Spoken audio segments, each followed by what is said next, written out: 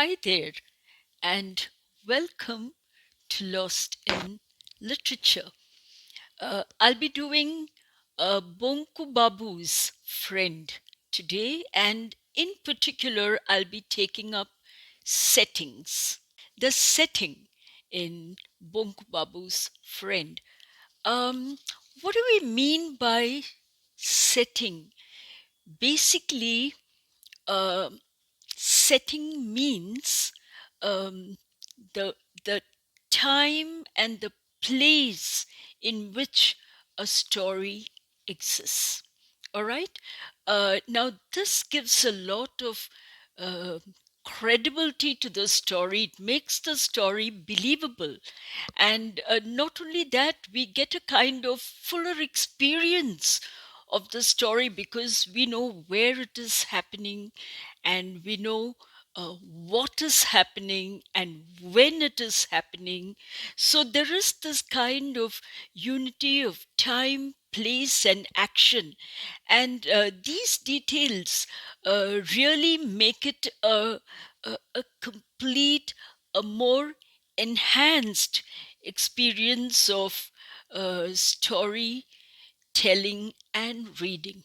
We can actually go through whatever the protagonist in the story is going through. And thus the story becomes very, very real to us. So basically, when you say setting, you're talking about the place where the story is set, and you're also talking about the time when the event in the story happened. So let's take a place first and see how it impacts the story. All right, and of course, I'll be referring to my points here, which I'll also be sharing with you because old age and I don't want to miss anything out. All right, so the first point I've got here for description is it kind of helps us visualize the story literally. I mean, a description has a kind of cinematic effect, as if it's happening in the screen of our mind. All right? And we also come to know exactly where the story is taking place. Is it taking place in a town or a village, a seacoast, a forest, a hilly area? Where is it happening? Now, this is very important for a story because some of the plots are very place driven. All right, so that is important. And then the next point, we also get information about the weather and vegetation. That's also very important for us because is it a sunny day, a rainy day? What kind of day is it? And there are many stories, where uh, rain kind of propels the plot. All right. So, or maybe a stormy night at sea. And what happens? All right. Um, when a ship is sailing on such a night.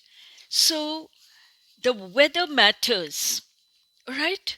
And also the vegetation. What kind of place is it?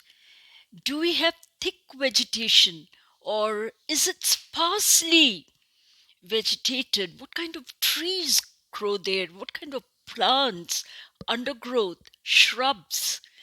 Right? These things really give a kind of audiovisual effect to the story. And set against it, the story becomes very, very meaningful because all these things contribute in some odd way to the story. So, honestly, this kind of audiovisual imaging by the writer is very important. Okay, and then um, all these details contribute to the plot. Now, you may ask me, how does it contribute to the plot. A story is a story, it can take place anywhere. No. Think of a story set in a desert. What would the character feel there? What would he undergo? Especially if it's a story titled Lost in Thar Desert or something. He will go through dehydration, thirst, disorientation, and help may not be accessible. His conditions may be very desperate, and the storyteller has put a hook on us. How is this man going to survive? How is he going to get out of this place? So you see, directly contributes to the plot in the story, the place. Finally, we have atmosphere. And atmosphere also comes, when the writer describes the kind of place it is. Like, for instance, horror stories. Think of that. You have this lonely, abandoned house in the middle of nowhere, dark, brooding. And when you kind of stumble into it, doors creak, and there is wind and rain and shadows playing, and you tend to see figures in the dark. You can hear some rumbling sounds, so it really creates the atmosphere. And description of places are very, very important, so to speak, in stories, to give us, to set the mood, to give us an idea of what's going to happen. It creates anticipation in us. And that's very important for a story. Now, let's move to time. That's also a very, very important part of setting. Why? Because it it really matters, the kind of time in which the story is set. Now, there are two kinds of time that a writer should consider. One would be the immediate time. All right, uh, when is it happening? Summer, winter, autumn? When? And also, is it happening in the morning, afternoon, evening, night? So that really matters, the time. And then also the historical time seriously matters, because historical time uh, gives you descriptions of the historical time in which a story is set, gives you specifics of the conditions that existed then, the social condition, the mindset of people, the moral radar, so to speak. What was the sense of morality in people in those days? All right. And then the socio-economic conditions. Were the people living prosperously? What was the economic condition? Were there a lot of poor people? I think of Charles Dickens' times, the industrial age, and his story reflects the poverty of those days and the kind of schools there were, the orphanages and things like that. So the age in which something happens in a story really matters. All right. And we also have to think of the wealth or the poverty, the social ranking of the person, the characters concerned. All right. Take even situations like, you know, a story set in, let's say, uh, pre independence times. Right? Now, in those days, you know very well that India was totally, mostly agricultural. It had a whole lot of villages. The places were rustic. There wasn't much scientific advancement. People were still ignorant, superstitious. So many of those stories project that. So it's really important time and place in a story. It makes the story real. It makes the story, you know, capable of being experienced. It enables us rather to experience the story. The audiovisual details can be very cinematic. So, altogether, reading a story could be a very rich experience if the writer has treated setting properly in a story. Now, let's move on to Bonku Babu's friend. Now, Bonku Babu's friend, once again, it's written by Satyajit Ray in 1962, and that is the post independence period. And, you know, um, Satyajit Ray has hinted at a number of things in the story. He has included some very subtle details of where and when the story was set.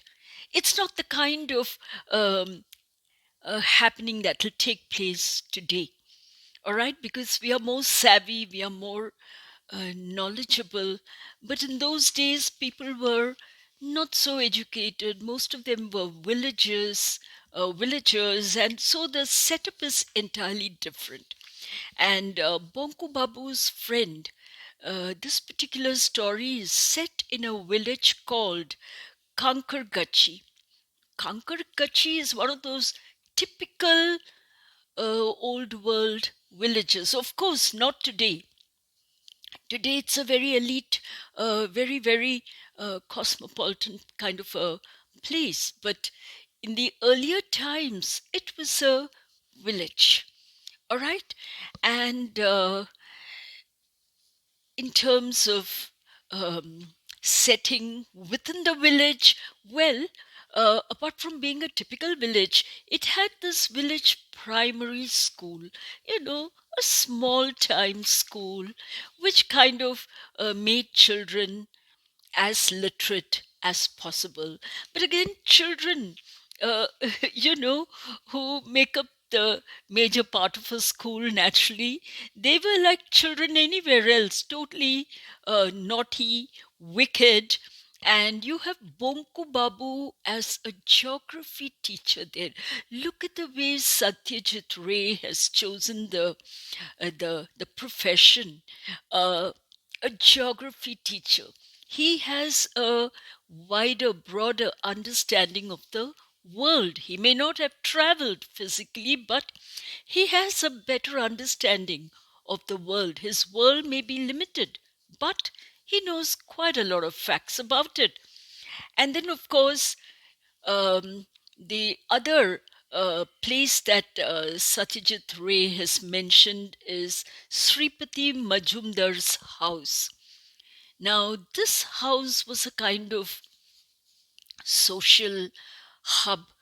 Uh, Sripati Majumdar was a lawyer, and people uh, met in his house. They respected him a lot. The villagers kind of turned up every weekend to his place. He had these typical addas, meetings, so to speak, where many of the villagers gathered and they spoke about many things. They discussed many things as they drank cups of tea. So, once again, that place is also a very important part of the story because, again, we come to know that the villagers kind of alienated. I mean, they made fun of Bonku Babu, just like the children. All right, he was always the odd one out. So, apart from these details of um, Kankargachi, the school, and Shripati Majumdar's house. We must also consider the place where Bonku Babu had his um, surreal, rather unusual experience. And for that, again, Satyajit Ray gives us an idea of the shortcut from Sripati Majumdar's house to Bonku Babu's house. And it was a very lonely route, we are told, deserted and not a very frequented area. It passed through an unfrequented, lonely area, and people kind of avoided it for various superstitious reasons. And then, of course, you have um, Ponchu Babu's bamboo grove. That's very important. There's a very specific detail, so it makes the happening memorable to us. Something happened there that night. Ponchu Babu's bamboo grove. And it's a very suitable area once again because of the kind of, grove it is. Bamboos can grow quite thickly and, offer less visibility of what's going on. And they're also thickly covered with foliage. And what else has been mentioned there to make that area, that particular place near Ponchu Babu's house, absolutely uh, memorable, almost visual to us? The description also includes a pond. It's so typical of villages in India. Almost every other household has its own little pond where the members of the house will bathe, and sometimes they catch fish and things like that. So, pond is also a very integral part of the description. Typical water bodies in the village, all right? And then you have the clearing near the pond, and that's where the spaceship, which uh, Bunku Babu saw that particular night, landed. And of course, all those physical descriptions that Satyajit Ray gives us, it makes it so, you know, palpable. It makes the experience so vivid to us. For instance, the pink glow, the shape of the spaceship like an upturned bowl, all right, and the glow on the pond, and how Bonku Babu is just passing through and he freezes out there, um, you know, because he's so surprised by, what's happening there. So, this is how, writers make things very, very vivid, detail to us. It makes the story a pleasure to read, and we come to know so much. And again, time is also a very, very important factor in the story. Why? Because this story was probably, not written, it was written in 1962, but it images an India which was probably pre independence, right? Late 30s or maybe early 40s, when there were these uh, rural villages with rustic surroundings, and there were fewer towns. Towns were just coming up here and there, all with the British influence. And then, of course, there was a lot of British influence, right? Many people were picking up smattering of English. They could speak a little bit probably. And then, their um, perceptions of the world also became wider, broader. Because you see, that was the time when space exploration had caught the Western mind. So there were these satellites and what do you call it, the spaceships, and you know, there was always talk of these things, aliens, explorations, all these things, caught the public imagination, and a lot of it trickled on account of the British influence to these rustic rural villages. And if you remember, the moon landing also happened in the 60s, late 60s, but nevertheless, uh, the situation was coming to that. So it's very much, it makes the story very much believable. All right. And in the story you have that alien landing, but it becomes extremely believable because that's the kind of age it was. People were so aware of space being a limitless unit as contrasted with Earth. And then the countries there, which were even, smaller chips of earth, and villages were just little dots, and especially in India. So, with these settings in mind, if you read the story Bonku Babu, it will make a lot of sense to you because these settings also drive the plot. The story can happen only under these circumstances. And that's how place and time play a very important part in the story.